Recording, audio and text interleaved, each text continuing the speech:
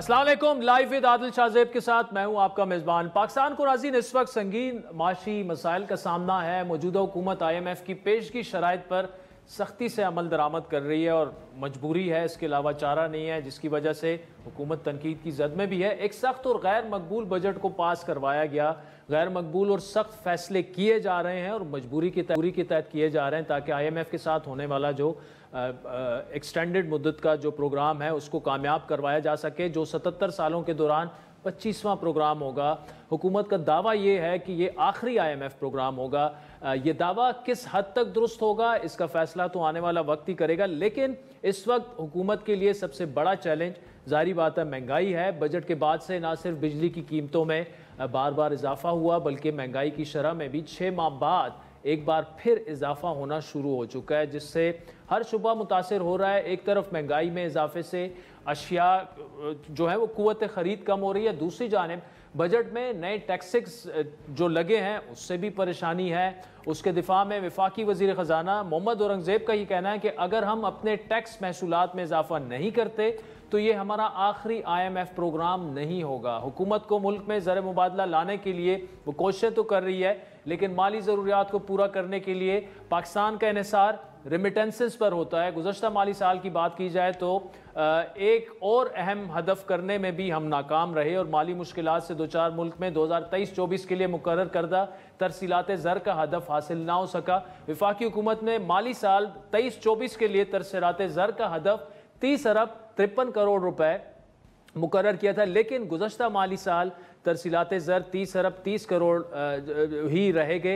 लेकिन माली साल 22-23 की निस्बत माली साल 23-24 में तरसीलात ज़र में सालाना बुनियादों पर 10.7% इजाफा हुआ और 22-23 में तरसीलात ज़र 27 अरब 30 करोड़ डॉलर्स ही थी। हुकूमत के लिए एक और परेशान कुन मामला भी है, वो है करप्शन। गुज़श्ता रोज़ वज़ीर आज़म शहबाज शरीफ का इस हवाले से ये कहना था कि कराची की बंदरगाह पर सालाना 1200 अरब रुपए इंपोर्ट टैक्स की चोरी होती है। मुल्क में अरबों रुपए की करप्शन को बंद होगा। PNSC के पास 11 जहाज़ हैं, अरबों रुपए उन पर खर्च आता है। पाकिस्तान में बहरी जहाज़ों के जरिए सामान की बरामद पर सालाना 500 अरब रुपए खर्च किए जाते हैं। पाकिस्तान के अंदर जो इंपोर्ट्स होती हैं या एक्सपोर्ट्स होती हैं, सालाना 5 अरब डॉलर का फ्रेट, बहरी जहाजों का किराया कह लें, 5 अरब डॉलर का फ्रेट सालाना खर्च किया जाता है इंपोर्ट्स और एक्सपोर्ट्स के ऊपर। जो मायानाज Pakistan national shipping corporation PNSC के पास सिर्फ 12 जहाज हैं, उनकी साल की जो खाली तनख्वाहें हैं वो 5 अरब रुपए हैं। नाज़रीन, इन तमाम मामलात पर गुफ्तगू करेंगे। हमारे साथ मौजूद है वफाकी वज़ीर बराए बहरी उमूर जनाब कैसर अहमद शेख साहब। Sheikh sahab, thank you so much for joining us. Sir, पहला सवाल, क्या आप कन्विंस्ड हैं कि ये हमारा आखिरी IMF प्रोग्राम होगा? देखिए, मैं कन्विंस तो नहीं हूँ। अच्छा, अगर रियलिस्टिक पूछें जी, कोशिश करने से हमें बहुत मेहनत करनी पड़ेगी। अगर आखिरी प्रोग्राम करना है तो हम सबको, ये जो रोज़ क्रिटिसिज्म है, आप कहते हैं ना कि बड़े टैक्स लग गए जी, देखिए अभी तो हमारे GDP का 10.5% टैक्स लगा है और इंडिया में 15-16% है। आप सब लोग चिल्ला रहे हैं और बात कर रहे हैं बड़े टैक्स लगा दी, तो टैक्स लगा ही नहीं कुछ। और जब तक हमारा डेफिसिट कम नहीं होगा तो कर्जे हम लेते जाएंगे। हम या और क्या ऑप्शन क्या है, या तो हम बजट का डेफिसिट कम करें और वो तभी होगा अगर टैक्स। या इस साल हमने 4000 अरब रुपए ज़्यादा टैक्स यानी रेवेन्यू की, टैक्स तो नहीं इतना लगा, रेवेन्यू की हमारा टारगेट है ज़्यादा वसूल करने। पाकिस्तान की तारीख में ऐसा कभी नहीं हुआ। 40% ज़्यादा है पिछले साल से। पिछले साल इन्फ्लेशन बहुत ज़्यादा था तो हमने 30% हासिल किया, वो भी बहुत बड़ा टारगेट हासिल किया। लेकिन इन्फ्लेशन बहुत था, डॉलर में आपने देखा कि फ्लक्चुएशन थी। अब पिछले 8-10 महीने से, 8-9 महीने से डॉलर तो एक ही जगह खड़ा है तो इन्फ्लेशन भी ज़्यादा नहीं है। तो अब देखिए ना, 40% हासिल करना आसान काम नहीं। अच्छा, इसमें शेख साहब जो आपने जिस तरह कहा कि शोर मचाया जा रहा है, उसकी देखिए एक बुनियादी वजह तो ये है कि तनख्वाहदार तबका जो है, सैलरीड एम्प्लॉय, वो बड़ा आसान टारगेट होते हैं जी, 10% से 15 कर दो, 15 से 20 कर दो। लेकिन जो सेक्टर टैप इन करने वाले हैं, रिटेल सेक्टर है, एग्रीकल्चर सेक्टर है, फिर उसके अलावा रियल एस्टेट सेक्टर है, इसमें बड़े बड़े टाइकून्स बैठे हुए हैं। हमारे टैक्स के निज़ाम में लूप होल्स हैं। मतलब एक बंदा 1 करोड़ कमा रहा है तो वो अगर किसी को चंद हज़ार रुपए दे दे, उसे तरीका दिखा देगा कि कैसे टैक्स से बचना है। इन मामलात पर भी सोचना तो चाहिए ना। देखिए ये शुरू से ही मैं बिज़नेस में हूँ 58 साल से जी। मेरी फैमिली बिज़नेस में 140 साल से। ये हम नहीं कुछ रिजल्ट, हम बार बार हर बजट में हर साल मेरी फैमिली वाहिद फैमिली है जो पाकिस्तान के मेजर जो चैम्बर है सब के वाहिद फैमिली है जो इलेक्ट होकर प्रेसिडेंट बने। मैं Karachi chamber of commerce industry का प्रेसिडेंट बना, मेरा मरहूम बेटा Irfan Qaiser Sheikh Lahore chamber of commerce industry का प्रेसिडेंट बना, और मेरा first cousin Zahid Aslam Faisalabad chamber. तो बात ये है कि हम टैक्स माइंडेड ही नहीं है। अभी देखिए ना, ये टैक्स लगा 10.5% हमारी GDP का हुआ है, और कितना शोर मच रहा है। अगर 13% तक तो हमने जाना है 2-3 साल के अंदर अंदर, यानी और बहुत ज़्यादा टैक्स लगना है। ठीक है, इस साल तो 1% बढ़ा है जो GDP का लेना। तो हम जब तक टैक्स माइंडेड नहीं होंगे, हम टैक्स कोई देना नहीं चाह रहा। आप देखिए किसी रेस्टोरेंट में आप चले जाएं, किसी रिटेल स्टोर पे चले जाएं, कोई आपको रसीद नहीं देगा, कोई आपसे वो क्रेडिट कार्ड नहीं लेगा। तो जब तक हम टैक्स माइंडेड नहीं होंगे, सेल टैक्स का इतना बड़ा घपला है, 750 अरब रुपए तो एस्टिमेटेड बचा है जो ट्रैक एंड ट्रेस सिस्टम ठीक नहीं था। मुझे पता है कि जो सेल टैक्स में मामलात हैं वो है ही नहीं कोई, यानी जब तक हम डिजिटलाइजेशन पूरी तरह नहीं, तो हमारे यहाँ जो है ना कोई टैक्स ना दे रहा है, और जो लेने वाले हैं वो जैसे आपने कहा कि वो चंद पैसे वो ले लेते हैं, चंद पैसे कारोबारी बचा लेता है, दोनों मिलजुल के काम होता है, और आज से नहीं हो रहा। मेरे हिसाब से 6,000 अरब रुपए, मैं बड़े आपको वसूख से कह रहा हूँ, और मैंने आज से नहीं कह रहा, 4,000 मतलब उस वक्त 4,000 अरब था, ऐसे 4-5 साल पहले। जैसे जैसे आमदनी बढ़ी या पैसे का रेट रुपए का कम हुआ, तो इस वक्त एस्टिमेटेड 6,000 अरब रुपए या करप्शन है, या स्मगलिंग है, या अंडर इन्वाइसिंग है, या मिस एप्रोप्रिएशन है। हम उस पर काबू नहीं पा सक रहे ना। शेख साहब, आप ये कह रहे हैं कि 6,000 अरब रुपए पाकिस्तानी मईशत को सालाना, इसमें टैक्स चोरी भी है, मनशियात भी है, करप्शन भी है, स्मगलिंग भी है, ये सारी चीज़ें हैं। अब आप हैं गवर्नमेंट में, आई नो कि 75 साल का जितना गंद होता है वो चंद महीनों में नहीं साफ़ हो सकता, लेकिन कम से कम एक रोड मैप नज़र आना चाहिए। आप पर तनकीद भी होगी, अब सख्त फैसले करना ऑब्वियसली आपकी मजबूरी है। हम IMF के पास ना जाएं, खुदा न ख्वास्ता हम डिफ़ॉल्ट कर जाएंगे। IMF के पास जाएंगे, वो आपको टेबल पर रख के दे देंगे, ये फैसले आपने करने हैं, बिजली बढ़ानी है, टैक्स नेट बढ़ाना है, ये करना है, वो करना है। तो एक विल नज़र आनी चाहिए कि यार ये सख्त फैसले हैं, हमारा ये आखिरी प्रोग्राम होगा और अगले 3 साल जो हैं हमने ये इकदाम करने हैं। हुकूमत के बाद एक लिमिटेड है, मेनली जो बिज़नेस कम्युनिटी है ना। अब मैं आपको अंदाज़ा बताऊं, इस वक्त ये एस्टीमेट हुआ है कि सिर्फ एक दुबई में पाकिस्तानियों की जो प्रॉपर्टी है वो 12.5 अरब डॉलर पड़ी है। अब इंडिया की इकानमी हमसे 14 गुना है। 14 गुना का मतलब है उनकी तो 160 बिलियन डॉलर होना चाहिए, उनका 17 बिलियन डॉलर है। ये 12.5 अरब डॉलर किसका है? जिन लोगों ने टैक्स नहीं, ज़्यादातर, कुछ तो लेजिटिमेट भी है, लेकिन ज़्यादातर वो है जिन्होंने यहाँ टैक्स पे नहीं किया और यहाँ से आसानी से वो मुख्तलिफ सियासी जमातों में भी शामिल हैं। सारी कुछ है, ये कोई एक नहीं है, हमारे सारे लोग, हम बिजनेस कम्युनिटी वाले, हम ब्यूरोक्रेट्स, हम गवर्नमेंट, हर जगह रिश्वत है। और ये रिश्वत अंधाधुंध है, हर एक को पता है कि हो जाए। देखिए ना, आप जब तक डिजिटलाइजेशन पूरी नहीं हो सिस्टम में, और वो भी एक बड़ा बहुत मुश्किल काम है। ठीक, अच्छा, अदरवाइज तो लोगों के हाथ में है, लोग जो हैं वो इन्वॉल्व हैं उसको। शेख साहब, आप चैम्बर के प्रेसिडेंट रहे, आपकी पूरी फैमिली मुख्तलिफ चैम्बर्स की रही है। एक जो हमारी ताजरी बरादरी है, ताजर बरादरी, उनको कैसे टैक्स नेट में लाया जाए? अगर 3,000 रुपये फिक्स टैक्स भी रख दें तो बात चली जाती है, लेकिन 90% देने के लिए नहीं तैयार। ये इतना कॉम्प्लिकेटेड मैटर। एक छोटा जो ताजर है, दुकानदार है, उसका जो खर्चा ही है ना, सिर्फ FBR में रजिस्टर होने का या किसी ऑडिटर से ऑडिट कराने का, वो इतना ज़्यादा खर्चा है कि उसका 20-25% तो बिज़नेस का वो है। एक तो टाइम उसका लगता है। देखिए यहाँ 1-2 बंदे होते हैं, 3 बंदे होते हैं किसी छोटे बिज़नेस के बाद दुकान, वो एक तो सारा दिन इन पे लगा जाए, और उनके सवाल इतने ज़्यादा आते हैं, शोकाज आते हैं और नोटिस आते हैं, हम वो रोक ही नहीं सके। हम आज भी मियाँ शहबाज शरीफ साहब अब गए ना कराची में, मेरे पास ही परसों आए, तो वहाँ इनकम चेयरमैन FBR भी थे, तो उनसे यही पूछा ना कि आप क्यों नहीं कर रहे? हमारे पास स्कैनर लगने थे बहुत अरसा पहले है कि भाई जो मिस डिक्लेरेशन हो रही है उसकी स्कैन हो जाए। वो स्कैनर सही प्रॉपर जगह पे लगे ही नहीं। तो ये ट्रैक एंड ट्रेस सिस्टम की बात करें वो हुआ ही नहीं सही। तो हम हर जगह करप्शन है। और लोग जो है ना वो एक बार जो फंस जाए ना वो कहता है कि मेरा तो चार्जेस उसी बिल FBR को रोक ही कोई नहीं सका। सबसे ज़्यादा रिफॉर्म तो FBR में होनी थी। मैं 1980 में कराची चैम्बर ऑफ कॉमर्स की कस्टम कमेटी का चेयरमैन था, आज से 44 साल पहले। फिर 1990 में मुझे मियां नवाज शरीफ साहब ने पाकिस्तान की टैक्स रिफॉर्म कमीशन का मेंबर बनाया, जो कि सेनेटर मदर साहब उसके चेयरमैन थे 34 साल पहले, जबकि कोई FBR का सीनियर तरीन मेंबर ने शुरू भी नहीं किया होगा। तो हम नहीं रोक पा रहे। वो मानते हमारे सिस्टम में ना करप्शन का बगैर जब तक आप चैनलाइज नहीं करेंगे, आप डिजिटलाइजेशन नहीं करेंगे, आप कोई सिस्टम नहीं बनाए।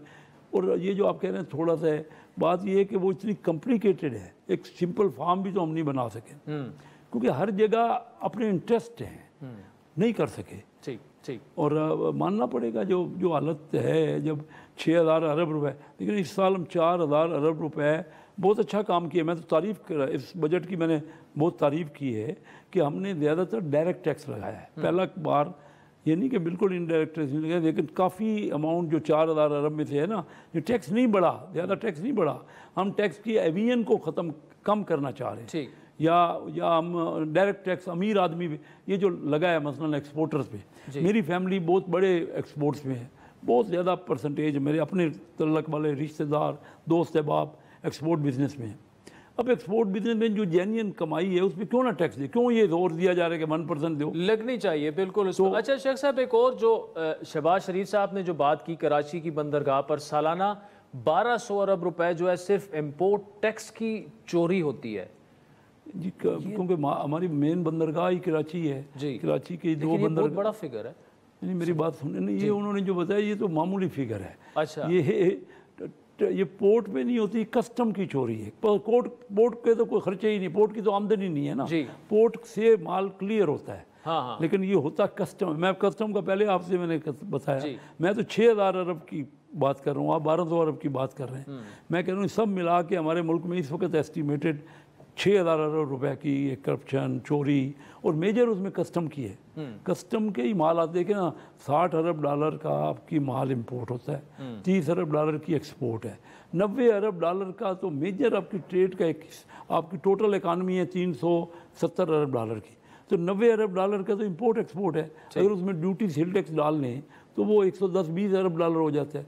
तो आपके 30% तो है ही, सारा इकानमी जो है वो कस्टम से ही आती है। हम वो नहीं रिफॉर्म कर सके, उसी के ऊपर मियाँ साहब की बड़ी सख्त तवज्जो है, बहुत ज़्यादा दे रहे हैं। और ये हकीकत है, इसमें तो कोई नई बात नहीं है। और आज पहले दिन किसी ने नहीं निकाला, शुरू से ही परसेंटेज जो आप निकालेंगे तो वही परसेंटेज होगी, उसमें कम हम नहीं कर सके। कैसर अहमद शेख साहब, आप हमारे साथ मौजूद रहेंगे। नाज़रीन, ब्रेक के बाद आपसे दोबारा मुलाकात। वेलकम बैक नाज़रीन। वफाकी वज़ीर बहरी उमूर कैसर अहमद शेख साहब हमारे साथ मौजूद हैं। शेख साहब, आप सियासतदान होने के साथ साथ एक कामयाब बिजनेसमैन भी हैं।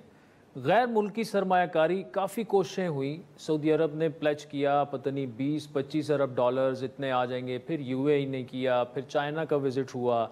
लेकिन आप समझते हैं कि जब तक पॉलिटिकल इंस्टेबिलिटी रहेगी तो गैर मुल्की सरमायाकार उसको देखेगा मैं क्यों अपना पैसा यहाँ पे लाऊं? नहीं, और ये जी पॉलिटिकल अनसर्टेनिटी जो है ना उसका एक हिस्सा तो है जी, लेकिन जहाँ बेशक पॉलिटिकल अनसर्ट है, जहाँ बॉटम लाइन प्रॉफिट हो ना, हाँ, वहाँ आते हैं, वहाँ लोग आ जाते हैं। बात तो ये है कि तो मटीरियलाइज हो रही है, वो रिस्क उसको कवर कर लेते हैं। अच्छा। लेकिन हमारी पॉलिसीज में कंसिस्टेंसी नहीं है। हाँ। हम नहीं एक बात करते हैं वो बात वापस हो जाती है। हाँ। अभी इस वक्त बहुत तवज्जो है। देखिए मैं आपको बताऊं कि इस वक्त अमेरिका के कॉन्टिनेंट में तरक्की परसेंटेज GDP ग्रोथ बहुत कम है जी। इसी तरह यूरोप में GDP ग्रोथ बहुत कम है। अगर ग्रोथ है तो सिर्फ हमारे रीजन में है। हमारे रीजन से मुराद चाइना में, इंडिया में, बांग्लादेश में। सिर्फ रह गया तो पाकिस्तान, तो पाकिस्तान ही वाहिद डेस्टिनेशन है। जो लोग सोच रहे हैं ना कि पाकिस्तान, मेरे ख्याल में आइंदा डेस्टिनेशन ही पाकिस्तान है, क्योंकि साउथ इस पूरे रीजन में बाकी जगह तो सैचुरेशन हो गई है। हमारे यहाँ करेंसी भी बहुत अच्छी है और हमारे यहाँ अब तवज्जो दी जा रही है। मैं मार्क्स लाइन का अपनी मिनिस्ट्री के बारे में, FDIs आप समझते हैं कि बढ़ेंगे? बहुत बढ़ेगी। अच्छा। मैं मक्स लाइन की बात कर रहा हूँ। मेरी मिनिस्ट्री में वो कहते हैं हम आपसे MOU साइन करते हैं, $2 अरब का हम इन्वेस्टमेंट करना चाहते हैं, आपको इंफ्रास्ट्रक्चर बना देते हैं। इस वक्त हमारी पोर्ट पे ना मसलन सिर्फ 7 घंटे माल अप कंट्री में जाता है, क्योंकि हमारे पास कराची से तो गुजर नहीं सकता ना, हमारे पास ओवर हेड ब्रिज नहीं है, हमारे पास रेल का लिंक नहीं है। तो वो कहते हैं हम आपको बना देते हैं। अच्छा। हम आपको वेयर हाउस बना देते हैं, पेशावर अपने बिजनेस के लिए बनाएंगे, को हमारे लिए उनको। देखिए मैं आपको बताऊं, जो स्टॉक एक्सचेंज ने ये पिछले 10 महीने में या 1 साल में प्रॉफिट किया है, पाकिस्तान में जो रेट बढ़े हैं दुनिया के किसी मुल्क में नहीं बढ़े, तो प्रॉफिट के बगैर तो नहीं है ना। उनकी बॉटम लाइन अच्छी है, रिजल्ट आ रहे हैं ना आपके सामने। बावजूद एक तरफ तो सब चिल्ला रहे हैं कि टैक्स लग गया, लेकिन बिजनेस कम्युनिटी ने उसको पॉजिटिव लिया है ना। स्टॉक जितना बढ़ गया है, मैं खुद उसका बहुत बड़ा बिजनेस करता हूँ, आप अंदाज़ा कीजिए कि रोज़ बढ़ रहा है। आज हाईएस्ट क्लोज हुआ है आज भी एवर। अच्छा शेख साहब, थोड़ी सी सियासी गुफ्तगू भी करते हैं। मैं कोई आपका क्लिप वगैरह देख रहा था, आप समझते हैं कि नवाज शरीफ साहब मौजूदा हालात से खुश नहीं हैं? देखिए नवाज शरीफ साहब ज़्यादा दिलचस्पी नहीं ले रहे। वो तो यहाँ भी हमारे असम्बली के नेशनल असम्बली के मेंबर हैं, बजट में भी नहीं आए। तो वो ये तो जाहिर है, जब वो आए ना लंदन से आए, लाहौर में उन्होंने जलसा किया, तो उन्होंने तो वादे तौर पे कहा कि मैं सबके बाद जाके मैं खुद जाऊंगा। और वो चाह रहे थे कि ये जो टसल है इसकी सियासत में कमी आए, उनकी बड़ी ख्वाहिश थी। लेकिन देखते देखते देखिए ना, जो हमने आज सूरत बना ली है, किसी शरीफ आदमी का इन असम्बलियों में गुजारा मुश्किल से होता है। मैं खुद जैसे 27 साल से मैं असम्बलियों में आ रहा हूँ, ग्रेजुअली इसका जो डिग्रेडेशन हो रही है ना, यानी दर्जा कम हो रहा है, तनज़्ज़ुल हो रहा है। हमारी जो गुफ्तगू है कोई ये किसी महज़ब मुआशरे की गुफ्तगू नहीं है। तो मियाँ मैं महसूस करता हूँ, मैं उनके करीब रहा हूँ, कि मियाँ नवाज शरीफ साहब ने हमेशा शराफत की पॉलिटिक्स की है, उन्होंने डिसेंस पॉलिटिक्स है। अगर ज़ाती तौर पे एक दूसरे को दुश्मन तराशी होगी तो उससे इंसान वो खुश तो नहीं होता ना इन बातों में। तो मियाँ नवाज शरीफ बहुत बड़े लीडर हैं और कौम 3 दफ़ा प्राइम मिनिस्टर रह चुके हैं, कौम की नज़रें हैं उनकी तरफ। लेकिन अगर ये सियासत का दर्जा बन जाएगा जो कि PTI ने शुरू की ना, चोर डाकू के अलावा तो उनके पास कोई लफ्ज़ नहीं है, तो इस तरह की सियासत पहले नहीं थी। मैं खुद हमारे इलाके में मैं हैरान हूँ कि बड़े फ्यूडल एरियाज हैं, हम ऐसी सियासत नहीं करते। हमारे तो एक दो हार जीत होती रहती है इलेक्शन में, लेकिन हम कोई गालम गलोज या झगड़ा या ज़ाती लड़ाइयों में नहीं आते, हमारे यहाँ तो नहीं है। ठीक, लेकिन ये पता नहीं क्या हो गया हमारी सियासत को। ये सियासत कोई भी शरीफ आदमी कई बार सोचेगा इस सियासत को करते हो। शेख साहब, आखिर में क्या मियाँ साहब जो हैं 2024 के रिजल्ट से भी दिल बर्दाश्ता हैं कि यार ये तो जी हम तवक्को ज़्यादा कर रहे थे, इसमें तो कोई शक नहीं है, हमारी बड़ी तवक्को थी। अब जिस किस्म की पॉलिटिक्स हो गई उसमें तो देखिए ना, खान साहब मैं तो आपको क्लियर बता रहा हूँ कि जब 2 साल पहले छोड़ा, एक तो 100 वो कहते थे हम आम आदमी की पॉलिटिक्स करते हैं, 150 अमीर लोगों को $3 अरब फ्री में दिए। मैं बार बार ये बात कर चुका हूँ, 3 जब हमारे पास डॉलर थे ही नहीं, जो डॉलर का सारा बुरहान हुआ कोविड के बाद की आप कोविड के बाद, और उसके बाद ही तो डॉलर का मसला हुआ, IMF के बाद जो। और मैं उस वक्त ये इलेक्शन की बात करते थे तो मेरा पूरे डिटेल असम्बली में तकरीर है कि पहले तो आपका मरीज़ जो है वेंटिलेटर पे, अपने मरीज़ को तो बचा लो, उसकी शादी की और ब्याह की बात कर रहे हो कि हम इलेक्शन कराएंगे। और ये तो मकसद ये कि हमें मिलजुल के ना, कितने भी इख्तलाफात हों, मुल्क तो हमारा के लिए तो सबको मिल के काम करना है। बात हम पॉलिटिशियंस की गलतियों की वजह से, मैंने कल एक प्रोग्राम में कहा ईस्ट पाकिस्तान का डिबेकल क्यों हुआ कि 2 बड़ी पॉलिटिकल पार्टियां आपस में मिली नहीं। उसके बाद 97 में जो मार्शल लॉ लगा, यही ना कि कई दिन बातचीत जारी रही। लेकिन ये पॉलिटिशियन का काम होता है कि सेटल करें, कोई डायलॉग करें, कोई सॉर्ट आउट करें मसला। हमारा काम सॉर्ट आउट है, लेकिन हमारे पॉलिटिशियन से कोई भी, आप रिकॉर्ड हिस्ट्री देख लीजिए, कभी भी सॉर्ट आउट नहीं हो। अभी भी हम जिस नहज पे जा रहे हैं, ये या तो कोई गैर आइनी काम हो जाएगा और या फिर मुल्क तशद्दुद और ये सारे एक लहर चलती रहेगी। चलिए, let's hope for the best. Qaiser Ahmed Sheikh sahab, thank you so much for joining us. नाज़रीन, वक्त तो चाहता है एक ब्रेक का, जिसके बाद आपसे दोबारा मुलाकात। वेलकम बैक नाज़रीन। ब्रेक से पहले वफाकी वजीर बहरी उमूर कैसर शेख साहब की तफसीली गुफ्तगू आपने सुनी, जिसमें पॉलिटिकल इंस्टेबिलिटी पर भी बात हुई और पाकिस्तान में FDIs क्यों नहीं आ रही उसकी वजूहात पर भी बात हुई। एक उन्होंने एक अहम बात की कि जी नवाज शरीफ साहब जो हैं वो चीज़ों में मामलात में जो हैं वो इंटरेस्ट नहीं ले रहे। अब इस वक्त हमारे साथ मौजूद हैं साबिक गवर्नर सिंध मोहम्मद ज़ुबैर साहब, नवाज शरीफ साहब के तर्जुमान हैं, सीनियर सियासतदान हैं। ज़ुबैर साहब, पॉलिटिकल मामलात पे बाकी भी आपसे तफसीली गुफ्तगू करते हैं। आप नवाज शरीफ साहब से काफ़ी क्लोज रहे हैं, क्यों कैसर शेख साहब ये कहने पर मजबूर हुए कि नवाज शरीफ साहब जो हैं वो मामलात में इंटरेस्ट नहीं ले रहे? आपको क्या वजह लगती है इसकी? मेरा ख्याल है उसकी सबसे बड़ी वजह जो है ना आदिल, नवाज शरीफ साहब पहले जो 16 महीने की हुकूमत थी उसमें भी कोई इतने खुश नहीं थे, और उसका एक बड़ा क्लियर इंडिकेशन ये था कि जो भी इलेक्शन कैंपेन हुई थी 2024 फरवरी के इलेक्शन के हवाले से, उसमें उन्होंने कभी भी उस 16 महीने का जिक्र नहीं किया था, which was the acceptance of the fact कि 16 महीने की परफॉर्मेंस जो थी, इकनॉमिक परफॉर्मेंस बहुत ही ख़राब थी। उन्होंने वो करते थे, जिक्र करते थे, अपने अदवार का करते थे, करना भी चाहिए था। 2013 से 2017 की बात करते थे या 2018 की भी बात जनरली नहीं करते थे। सो एक तो सबसे ज़्यादा उनको मायूसी जो हुई है वो मुस्लिम लीग की जो पहले 3 अदवार थे उसमें जो मुस्लिम लीग का जो पॉजिटिव एस्पेक्ट था वो डिलीवरी था, परफॉर्मेंस था, लोगों के मसाइल हल करना था, महंगाई को कम करना था। और वो 1990 में भी जब उनकी हुकूमत आई, 97 में आई, फिर 2013 में आई, कंसिस्टेंटली देखा गया। लेकिन ये जो 2022 में जब हुकूमत आई, जिसकी कंटिन्यूशन अभी तक चल रही है, they have nothing to show.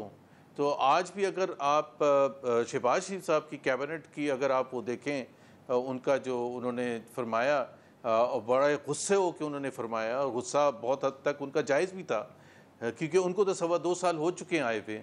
अब वो ये कह रहे हैं कि हमारा जो बिजली का निज़ाम है वो सारा तबाह हुआ हुआ है।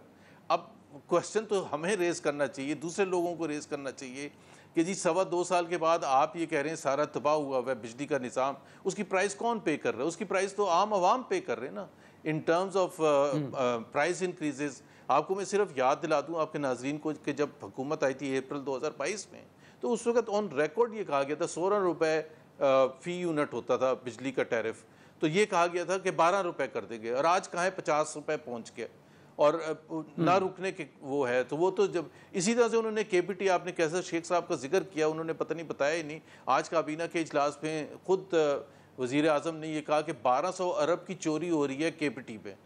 अब अगर 2.25 साल के बाद उस मुल्क में जहाँ 3 साल 3.25 साल एक एवरेज हुकूमत रहती है, तो आप खुद सोचें कि क्वेश्चन तो ये है कि ये 1200 अरब की निशानदेही कब हुई, और उसको अगर अभी तक नहीं रोका गया था, तो ये किसकी कमज़ोरी है और इसकी किसको जिम्मेदारी आप करेंगे? आप पिछले वालों को जाके बिल्कुल पूछें, लेकिन ये तो नहीं हो सकता कि 2.25 साल तक आपकी हुकूमत रही हो और आपको पता ही नहीं चला, और एकदम से पता चला कि 1200 अरब रुपए की चोरी हो रही है। Who is paying the price for that again? So मेरा ख्याल है नवाज शरीफ साहब के हवाले से जो उन्होंने कहा है, Nawaz Sharif I don't think so he is very satisfied with the performance, और उसी का वो इजहार कर रहे हैं।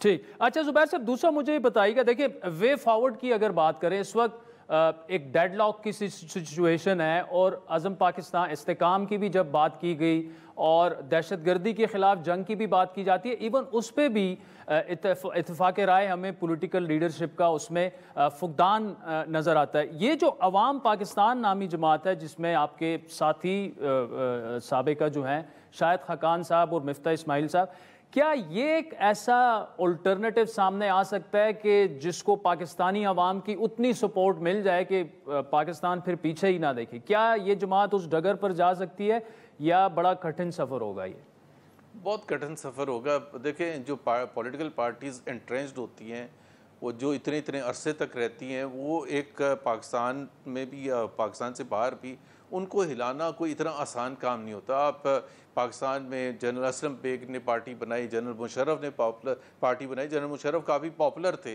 इसी तरह से इफ्तिखार चौधरी साहब ने पार्टी बनाई और भी लोगों ने पॉलिटिकल पार्टीज बनाई, but none of them succeeded.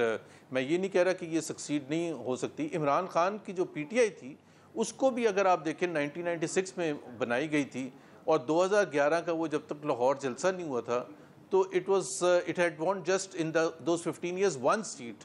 2002 में मियाँ वाली में इमरान खान ने जीती थी, तो वो इतना आसान नहीं होता। वो भी आपको पता है कि वो फिर पीछे से धक्का लगा तो उसकी वजह से उनको पजीराई मिली और फिर एक उन्होंने अपने आप को एस्टैब्लिश किया। I mean it's one of the major parties now.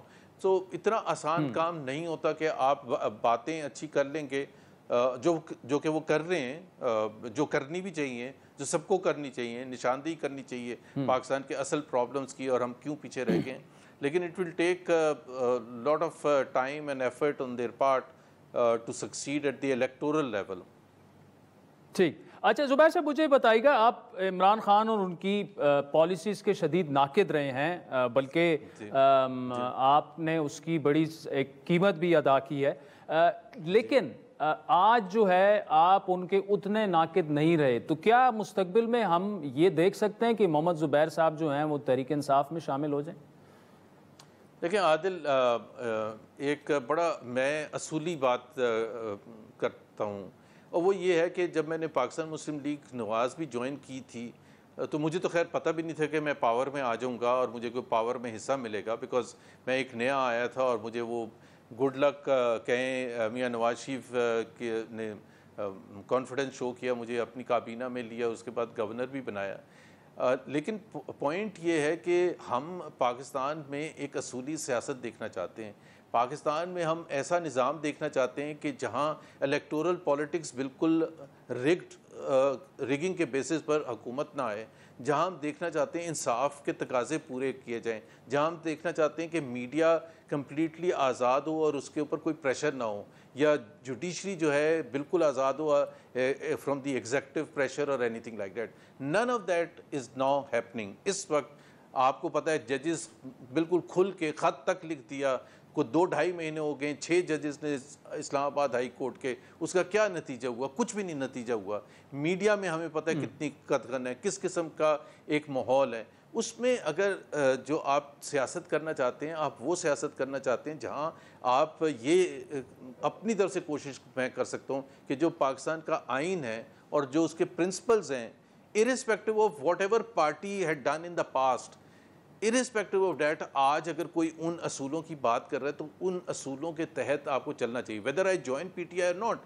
But मैं सबको ये कहता हूँ कि अगर किसी के साथ, अगर जिस तरह एक सिंपल सी एग्जांपल ले लें कि जो इद्दत का केस है, अब इद्दत का केस मेरे हिसाब से गलत है, इद्दत के केस में उनको सज़ा नहीं होनी चाहिए। सो मैं अगर उनको डिफेंड करता हूँ और उनको उसका बेनिफिट मिलता है, या अगर मैं शहबाज हुकूमत की इकनॉमिक पॉलिसीज़ को क्रिटिसाइज़ करता हूँ तो वो लोग कहते हैं कि जी वो तो बेनिफिशरी फिर इमरान खान होगा।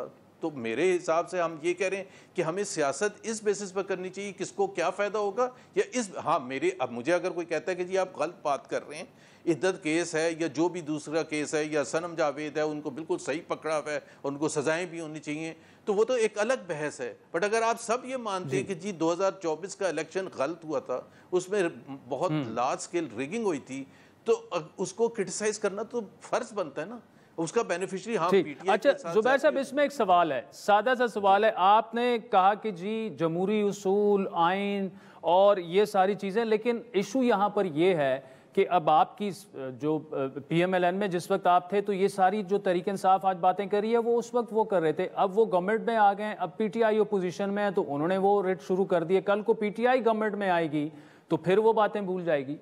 इसका क्या किया जाए? एग्जैक्टली आपकी बात सही है।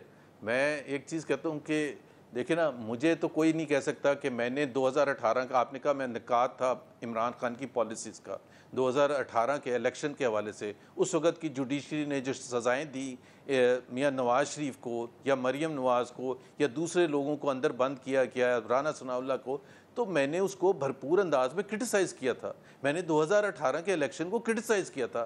तो अब मैं तो सबको कहता हूँ बी लाइक मोहम्मद जुबैर, कि भाई अगर मैंने उस वक्त उसको क्रिटिसाइज किया था तो अब मैं कैसे डिफेंड करूं? इस वजह से डिफेंड करूं कि जी मैं उस पार्टी से मुंसलिक रहा हूं तो मुझे 2024 के इलेक्शन में कोई गलती नहीं नजर आती। मुझे इकोनॉमी की इवैल्यूएशन में आपको गलती नहीं नज़र आती। मुझे वो जो आपका जुडिशल वो है इंटरफेरेंस है या दबाव है या पुलिस स्टेट बनाने की तरफ अगर पाकिस्तान जा रहे हैं, इंडिपेंडेंस नहीं है मीडिया को, तो भाई मैं तो पहले भी बोलता था, तो मैंने तो कोई अपना स्टांस चेंज नहीं किया। मैं तो उसी उधर ही खड़ा हुआ हूँ। वोट को इज्जत दो वाला जो नारा था, मैं तो उधर खड़ा हूँ। बाकी सब उधर से निकल के बाहर चले गए हैं, तो I can't be blamed for that. या तो मुझे ये कहते हैं कि नहीं जी, हम वोट को इज्जत दो, अब भी उस पर कमिटेड है, तो मैं बिल्कुल चेंज हो जाऊंगा। मोहम्मद जुबैर साहब, थैंक यू सो मच। नाज़रीन, वक्त चाहता है एक ब्रेक का, जिसके बाद अमरीकी महकमे खारजा की तर्जुमान हमें वाशिंगटन से ज्वाइन करेंगी। हमारे साथ रहिए। वेलकम बैक नाज़रीन। नेटो के 75 साल मुकम्मल होने पर रुकन ममालिक का सरबराही इजलास वाशिंगटन DC में मुनक्किद हो रहा है और शुरू होने वाले इजलास में 3 रोज़ा जो इजलास है उस पर शिरकत के लिए रुकन ममालिक के सरबराह वाशिंगटन पहुंच चुके हैं। इजलास के पहले रोज़ 75वीं यादगारी तकरीब मुनक्किद हुई, जिसके बाद सदर जो बाइडन व्हाइट हाउस में सरबराहों के एजाज़ में इशाइया देंगे। और इस साल नेटो सरबराही इजलास सलामती के मौजू पर होगा, जिसमें रुकन ममालिक दिफाई जो तदाबीर हैं उस पर गौर करेंगे। और रुकन ममालिक के सरबराहान नेटो के जो हैं वो यूक्रेन कौंसल इजलास में भी शरीक होंगे। आपको बताते चलें कि 75 साल पहले 12 ममालिक ने वाशिंगटन DC में शुमाली बहरिया ओकेनूस के मुआहदे पर दस्तखत किए ताकि गैर मुतवक्का दुनिया में अपने इज्तिमाई दिफा को यकीनी बनाया जा सके। नेटो के 32 इत्तेहादी एक बार फिर वाशिंगटन DC में सर जोड़कर बैठेंगे ताकि अपने 1 अरब शहरियों के तहफ़्फ़ुज़ के बारे में अहम फैसले किए जाएं, क्योंकि दुनिया को सर जंग के बाद सबसे ज़्यादा ख़तरा सिक्योरिटी के जो मसाइल हैं उससे है। अमरीकी सदर जो बाइडन ने मंगल को नेटो के रुकन ममालिक के सरबराहान का सालाना इजलास के लिए वाशिंगटन में खैर मकदम किया। सरबराही इजलास में यूक्रेन के मामले पर भी अहम फैसले मुतवक्के हैं। इजलास में क्या फैसले होंगे और ये जो अहम इजलास मुनक्किद हो रहा है 75वां जिसे समिट कहा जा रहा है, उनका एजेंडा क्या होगा, किन मौज़ूआत पर बात होगी, तमाम मामलात पर बात करने के लिए ज्वाइन किया है वाशिंगटन DC से अमरीकी महकमे खारजा की उर्दू और हिंदी तर्जुमान मार्गरेट मैकलाउड। मार्गरेट, बहुत बहुत शुक्रिया आपका, thank you so much for joining अस। ये बताइएगा कि एजेंडा क्या होगा ये जो 75 एनिवर्सरी समिट है इसका? जी, इस हफ्ते सरबराही इजलास में हम 75 साल का अमन, इत्तेहाद, तरक्की और इनोवेशन मना रहे हैं और हम मुस्तकबिल के लिए हमारे लोगों की सुरक्षित या दिफाई के बारे में बात करेंगे। अगर मैं थोड़ा सा प्रीव्यू करूंगी, हमारी तवक्को ये है कि इस साल यूक्रेन का काफ़ी मजबूत पैकेज आएगा और उसके अलावा जर्मनी से एक ऐलान आएगा कि वो एक कोऑर्डिनेशन सेल क्रिएट करेंगे जहां पे माल सामान, तालीम और दिफाई सहारा का कोऑर्डिनेशन होगा। हम समझते हैं कि इस दुनिया में काफ़ी सलामती की ख़तरात का सामना कर रहे हैं जो कोई एक मुल्क अपने आप से हल नहीं कर सकते हैं। और नेटो के बुनियाद पर यही ख्याल है कि इज्तिमाई दिफा बेहतरीन तरीके कार है। अगर आप दूसरी जंग अज़ीम के बाद जब से नेटो बन गए, उनके रुकन कितनी शांति एंजॉय किया, कितनी अमन एंजॉय किया, क्योंकि कोई भी हमला आवर जो एक रकन से लड़ाई करे वो समझता होगा कि वो सबके साथ लड़ाई होगी। ठीक, अच्छा मार्गरेट, दूसरा ये बताएगा कि जो इम्पोर्टेंट एक्सपेक्टेड अनाउंसमेंट्स हैं इस समिट की वो क्या होंगी? जी, हम समझते हैं कि मुस्तकबिल में यूक्रेन नेटो का एक रकन बनना चाहते हैं और हम उसका ठोस मार्ग के बारे में बातचीत कर रहे हैं। हम समझते हैं कि रूस जो यूक्रेन पर हमला कर रहे हैं वो उनकी ज़मीनी सरहद रिस्पेक्ट नहीं करते, उनकी खुद मुख्तारी रिस्पेक्ट नहीं करते और उनकी सियासी आज़ादी नहीं रिस्पेक्ट करते हैं। और ये संयुक्त राष्ट्र या अक़वाम मुत्तहिदा का चार्टर की खिलाफ वर्जी है।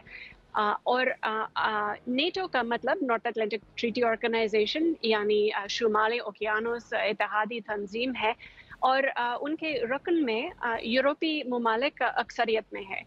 उनके एकदम बाजू में है एक मुल्क है जिनकी सरहद की खिलाफवर्जी हो रही है, और इसलिए यूक्रेन की बात अहम होगा इस साल में। अच्छा मार्गरेट, बड़ी इंपॉर्टेंट आपने बात की, जो अनाउंसमेंट एक्सपेक्टेड है कि यूक्रेन जो है उसे नेटो का बाकायदा मेंबर भी बनाया जा सकता है और इस पर भी गौर होगा। लेकिन ये बताइएगा, यूक्रेन के लिए सपोर्ट भी नज़र आ रही है, इज्तिमाई दिफा भी हो रहा है, लेकिन उसके बावजूद उस तरह से कामयाबी जो है वो क्यों आपके ख्याल में हासिल नहीं की जा सकी अभी तक वर्ल्ड लेवल पर? देखिए, अभी तक यूक्रेन का सहारा बहुत ज़्यादा है और हमारी तवक्को ये है कि वो जारी रहेंगे। हम देखते हैं कि जंग बदलने के साथ साथ हमारी सहारा भी बदलनी चाहिए। और ये अभी अमेरिका, ना सिर्फ अमेरिका बल्कि दूसरे नेटो इत्तेहादियों से भी काफ़ी सहारा आ रहे हैं। और हम समझते हैं कि ऐसे मुस्तकबिल चाहिए जहाँ पे यूक्रेन अपने पैरों से खड़े होकर जमहूरी, मुआशी और फौजी ताकत से खड़े कर सकते हैं। मार्गरेट मैकलाउड, अमरीकी महकमे खारजा की उर्दू तर्जुमान, नाज़रीन हमारे साथ DC से मौजूद थी। बहुत बहुत शुक्रिया। आज के प्रोग्राम पर फीडबैक ज़रूर दीजिएगा। हमारा ट्विटर हैंडल है @आदिल शाहज़ेब। इजाज़त दीजिए, खुदा हाफ़िज़।